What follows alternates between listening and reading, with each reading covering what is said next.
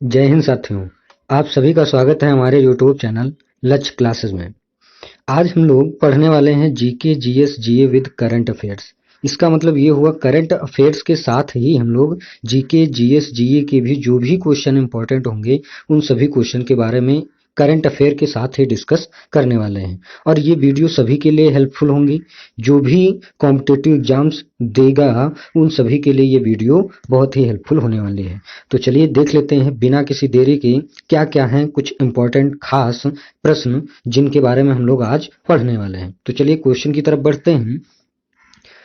आपको एक heading type में मैंने क्वेश्चन को फ्रेम किया हुआ है कि राष्ट्रपति पुतिन ने 4 यूक्रेनी क्षेत्रों के विलय की घोषणा कर दी है। अभी हाल फिलहाल में आप लोगों ने सुना होगा कि जो है पुतिन जो कि राष्ट्रपति हैं कहाँ के हो जाएंगे, तो आपको पता है ये रूस के राष्ट्रपति हैं। और यूक्रेन की राष्ट्रपति रूस और यूक्रेन यूक्रेन के जो राष्ट्रपति थे वो जेलेंस्की थे। इनके बीच में चल रहा था संघर्ष। तो राष्ट्रपति पुतिन और यूक्रेन के राष्ट्रपति जो है कौन थे, मैंने बताया जेलेंस्की। इनके बीच में जो है संघर्ष चल रहा था। उसी में जो है एक हाल फिलहाल में पॉइंट बन के आ गया कि राष्ट्रपति पुतिन ने क्या किया है, 4 यूक्रेनी क्षेत्रों के विलय की घोषणा कर दी है। अब आपको होगी कि इन्होंने जो है इसी का संघर्ष चल रहा था इन दोनों के बीच में। तो ये ऐसा इसलिए हुआ है क्योंकि रूस ने क्या किया है, यूक्रेन के 4 हिस्सों को जो है 4 क्षेत्रों को क्या कर लिया है, अपने क्षेत्र में विलय करने की घोषणा कर दी है। अच्छा, वो 4 क्षेत्र कौन कौन से हो जाएंगे, तो आप लोगों को याद रखना है। एक तो दिया है डोनेट्स्क, क्या दे रखा है, एक डोनेट्स्क दिया है। दूसरा लुहांस्क दे रखा है।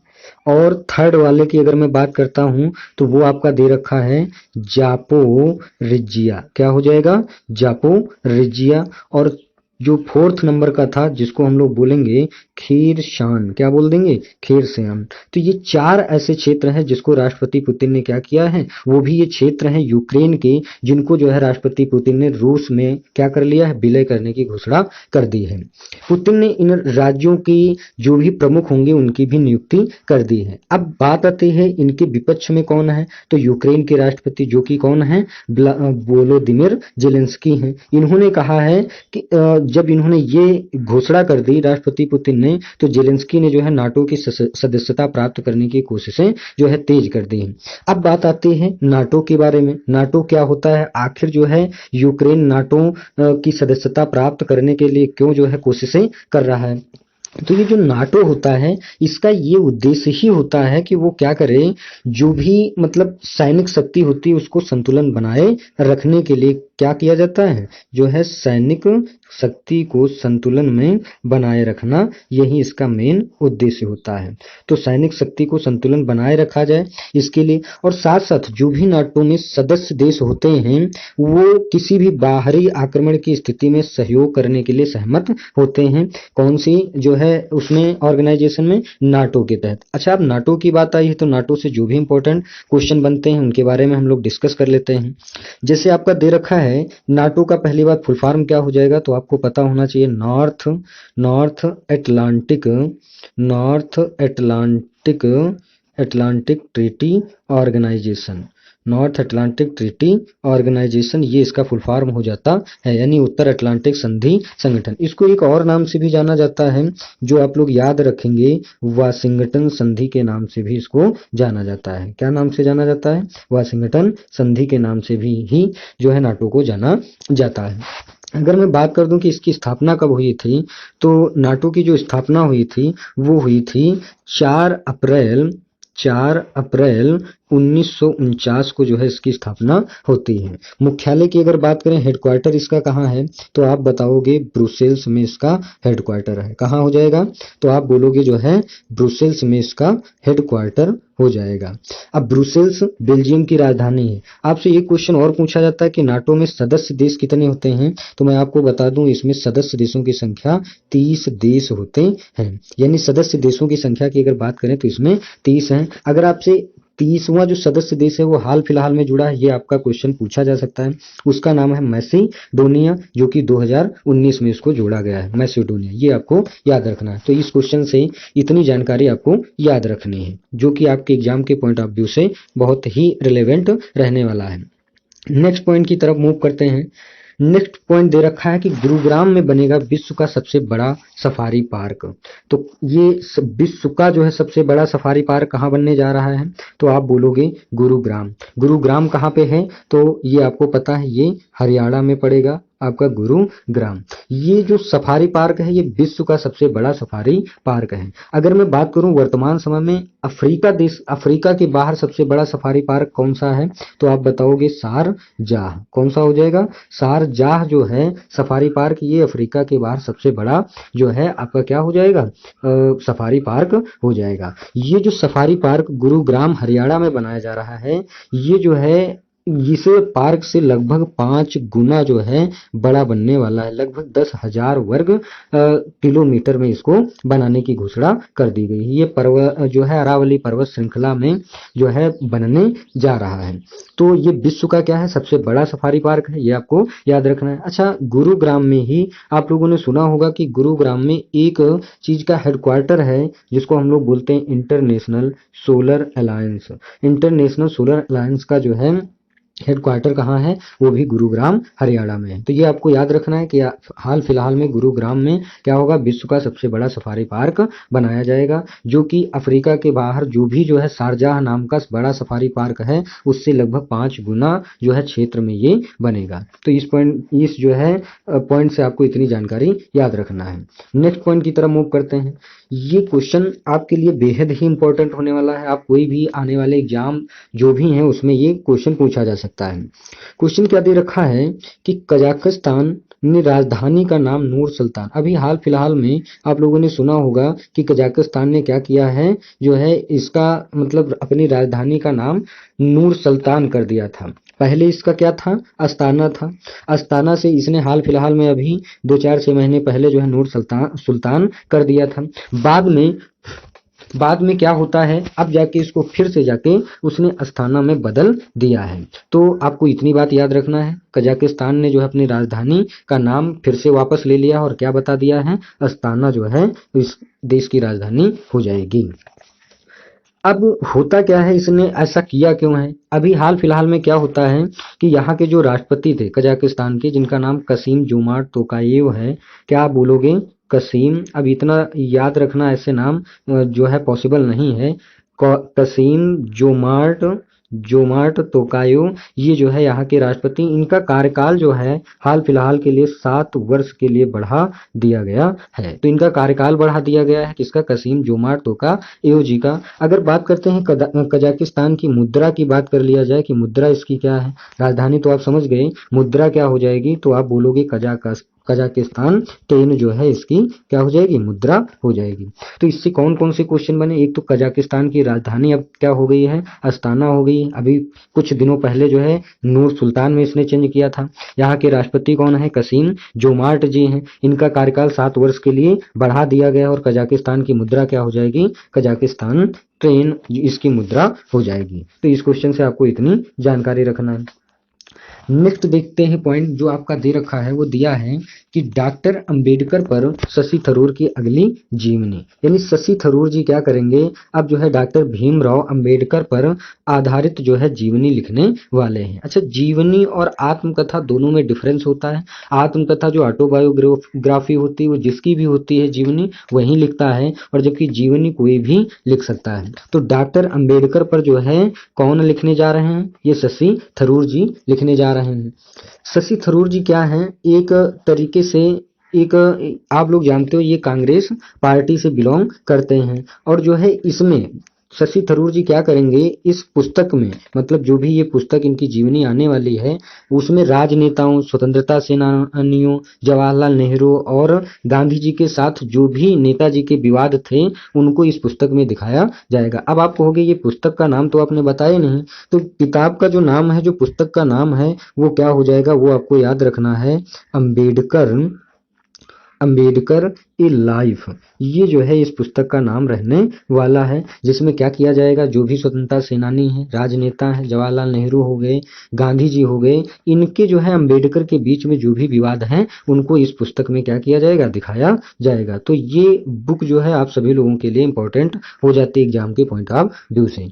इस किताब में के जरिए ये भी दावा किया जाएगा कि अंबेडकर जी जो हैं वो आधुनिक समय के क्या थे, सबसे महान भारतीय थे या नहीं, ये भी इसी के माध्यम से बताया जाएगा। अच्छा, यहाँ पे बात आई है अंबेडकर जी की, तो अंबेडकर के जी के बारे में थोड़ा सा जान लेते हैं। अगर मैं बात करता हूँ इनके जन्म के बारे में, तो इनका जन्म होता है 14 अप्रैल 1891 को इनका जन्म होता है। और आप लोगों को पता है इन्होंने कॉन्स्टिट्यूशन में, संविधान में भी अपना योगदान दिया है। जो मसौदा समिति थी, जो भी प्रारूप समिति थी, उस प्रारूप समिति के जो अध्यक्ष थे, प्रारूप समिति या मसौदा समिति के जो अध्यक्ष थे, वो भी जो है कौन थे, डॉक्टर भीमराव अंबेडकर जी थे।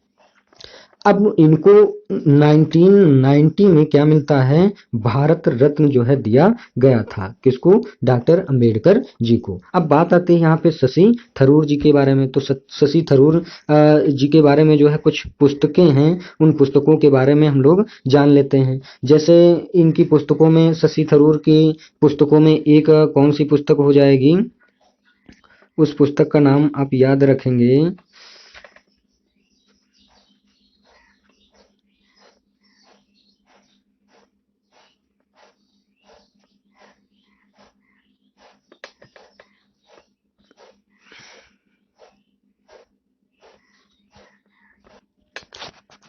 इनकी पुस्तक का नाम हो जाएगा why I am a Hindu.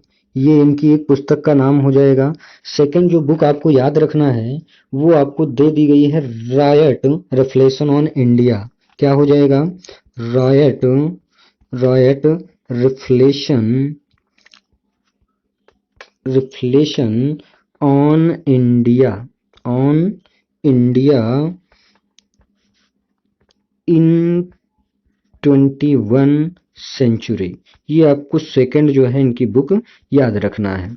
तो इस क्वेश्चन से आपको इतनी जानकारी याद रखनी है। नेक्स्ट पॉइंट की तरफ बढ़ते हैं।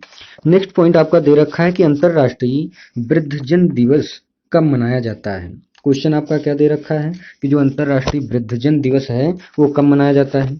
तो ये हाल फिलहाल में अभी सेलिब्रेट किया गया। हाल फिलहाल क्या बोले, अभी कल ही इसका सेलिब्रेशन किया गया है। तो वो कब हो जाता है, 1 अक्टूबर को जो है आपका अंतरराष्ट्रीय वृद्धजन दिवस सेलिब्रेट किया जाता है। अब आप कहोगे कि ये किस उद्देश्य के साथ इसका सेलिब्रेशन किया जाता है। तो जो भी वरिष्ठ नागरिक होते हैं, उन वरिष्ठ नागरिकों का सम्मान और उनके संबंध में हम सभी लोगों को चिंतन करना चाहिए।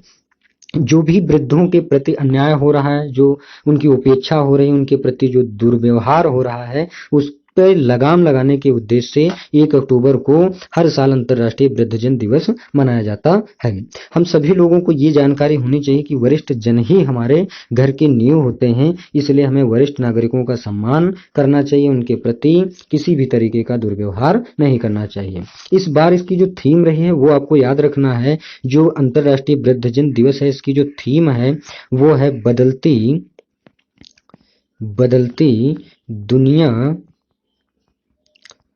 बदलती दुनिया में जो भी वृद्धजन हैं, वृद्धजन का अनुरूपण। क्या हो जाएगा, ये इस बार की थीम हो जाएगी, बदलती दुनिया में वृद्धजन का अनुरूपण। इसको जो है ये दिवस मनाने की जो घोषणा हुई थी वो हुई थी किसके द्वारा, तो आप बोलोगे ये होती है संयुक्त राष्ट्र महासभा के द्वारा। संयुक्त राष्ट्र महासभा के द्वारा क्या किया जाता है, इसको घोषित किया गया था। कब किया गया था, 14 अक्टूबर 1990 को जो है इसकी घोषणा की गई थी। लेकिन इसको पहली बार मनाया कब जाता है, वो मनाया जाता है 1 अक्टूबर 1991 को जो है पहली बार इसको सेलिब्रेट किया गया था। तो ये आपको इस पॉइंट से इतनी जानकारी याद रखना है कि अंतर्राष्ट्रीय वृद्धजन दिवस हर साल कौन से दिन को मनाया जाता है, 1 अक्टूबर को मनाया जाता है। इसकी थीम क्या है इस बार, बदलती दुनिया में वृद्धजन का अनुरूपण। इसको जो है मनाने की घोषणा किसने करी थी, संयुक्त राष्ट्र महासभा ने। सब घोषणा कब हुई थी, 14 अक्टूबर 1990 को। पहली बार वृद्धजन दिवस कब मनाया जाता है, 1 अक्टूबर 1991 को। तो इस क्वेश्चन से आपको इतनी जानकारी याद रखनी है।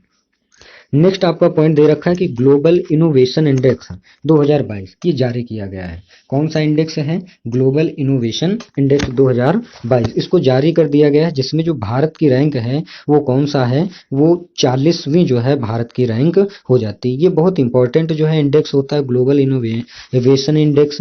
ये अगर मैं बात करता हूँ 2015 की, तो 2015 में इसकी रैंक थी 81, अब जो कि बढ़कर के कितनी हो गई है? 40 हो गई। अब आप कहोगे बढ़कर के आपने क्या है, इसका मतलब क्या है कि अब जाके उसकी रैंक अच्छी हो गई है। इस रैंक से ये पता चलता है कि भारत जो है वो स्टार्टअप के लिए कितना बेहतर माहौल तैयार कर रहा है और नवाचार को बढ़ाने में लगातार सुधार कर रहा है। अच्छा, इसी से ग्लोबल इनोवेशन इंडेक्स जो है ये आपको याद रखना है, इसमें फर्स्ट रैंक किसकी है? तो ग्लोबल इनोवेशन जो है इंडेक्स में फर्स्ट रैंक जो हो जाएगी आपकी, वो आपको याद रखना है स्विट्जरलैंड की हो जाएगी। किसकी हो जाएगी? स्विट्जरलैंड की इसमें फर्स्ट रैंक हो जाएगी। अब इसी से संबंधित आपको एक जो है ऑर्गेनाइजेशन को याद रखना है, वो ऑर्गेनाइजेशन में नेक्स्ट पेज में आपको बताता हूँ। जो ऑर्गेनाइजेशन है वीपो है, क्या हो जाएगा? वीपो हो जाएगा। इसका यही जो है ये बौद्धिक संपदा सूचकांक जारी करता है। इसकी स्थापना जो हुई थी वो होती है 14 जुलाई 1967 को। ये आपसे पूछा जा सकता है कि वीपो की स्थापना कब होती है? 14 जुलाई 1967 को। ये जो वर्ल्ड इंटेलेक्चुअल होता है ऑर्गेनाइजेशन है एक तरीके का, कि मतलब विश्व बौद्धिक जो है संपदा सूचकांक यही जारी करता है। इसमें सदस्य देश कितने हैं? तो आपको ये भी याद रखना है, जो सदस्य देश हैं वो टोटल इसमें 193 हो जाएंगे। अगर मैं इसके हेडक्वार्टर की बात करता हूं तो इसका हेडक्वार्टर जो है वो जिनेवा स्विट्जरलैंड में इसका हेडक्वार्टर हो जाएगा। जिनेवा स्विट्जरलैंड में इसका हेडक्वार्टर हो जाएगा। विपो के जो महानिदेशक हैं, अगर महानिदेशक की बात करते हैं तो महानिदेशक कौन हो जाएंगे? डेरेन टैंग हो जाएंगे। कौन हो जाएंगे? डेरेन टैंग जो हैं वो इसके क्या हो जाएंगे? महानिदेशक हो जाएंगे। ये भी आपको याद रखना। अच्छा, मैंने बताया कि ये विश्व बौद्धिक संपदा सूचकांक जो है क्या करता है? जारी करता है। तो विश्व बौद्धिक संपदा सूचकांक में जो भारत की रैंक है वो कितनी हो जाएगी? बौद्धिक संपदा सूचकांक में भारत की जो रैंक है वो 46 जो है हो जाएगी। ये भी आपको याद रखना है। नेक्स्ट पॉइंट की तरफ मूव करते हैं। नेक्स्ट पॉइंट देखिए आपका क्या दे रखा है कि उत्तर प्रदेश सरकार ने बुंदेलखंड के पहले टाइगर जो है रिजर्व को मंजूरी दे दी है। तो ये जो टाइगर रिजर्व है ये बुंदेलखंड का जो है पहला टाइगर रिजर्व हो जाएगा। अब ये जो है किसकी अध्यक्षता में हुआ? तो ये आपको याद रखना है, जिसकी अध्यक्षता जो है किसने करी थी? सीएम योगी जी ने जो है इसकी अध्यक्षता की थी। ठीक है, उसी अध्यक्षता में इसकी घोषणा की गई। आप सभी लोगों को पता होना चाहिए वन्य जीव जो संरक्षण अधिनियम आया था, वन्य जीव संरक्षण अधिनियम, ये पूछा जाता है कि कब आया था। तो आपको याद रखना है कि वन्य जीव संरक्षण जो अधिनियम है वो कब आता है? 1972 में आता है। इसी के तहत क्या किया गया है, इसका जो नाम तो अभी मैंने बताया नहीं, इसका जो नाम हो जाएगा बुंदेलखंड के पहले टाइगर रिजर्व का, वो क्या हो जाएगा? वो आपको याद रखना है रानीपुर बाघ अभयारण्य। क्या हो जाएगा?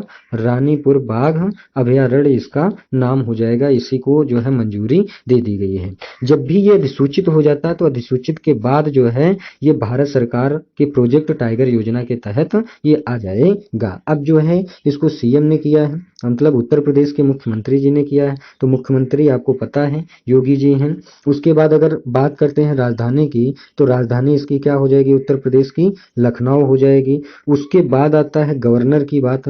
गवर्नर कौन हो जाएंगे? तो आपको याद रखना है आनंदीबेन पटेल जी जो है यहाँ की क्या हो जाएंगे? गवर्नर हो जाएंगे। तो इतनी जानकारी आपको इससे याद रखना है। आई होप आप लोगों को ये वीडियो बहुत अच्छे से समझ में आया होगा, अच्छी वीडियो लगी होगी। अगर वीडियो अच्छी लगती है तो आप लाइक शेयर सब्सक्राइब कर सकते हैं। बहुत बहुत आप सभी लोगों का धन्यवाद। Thank you.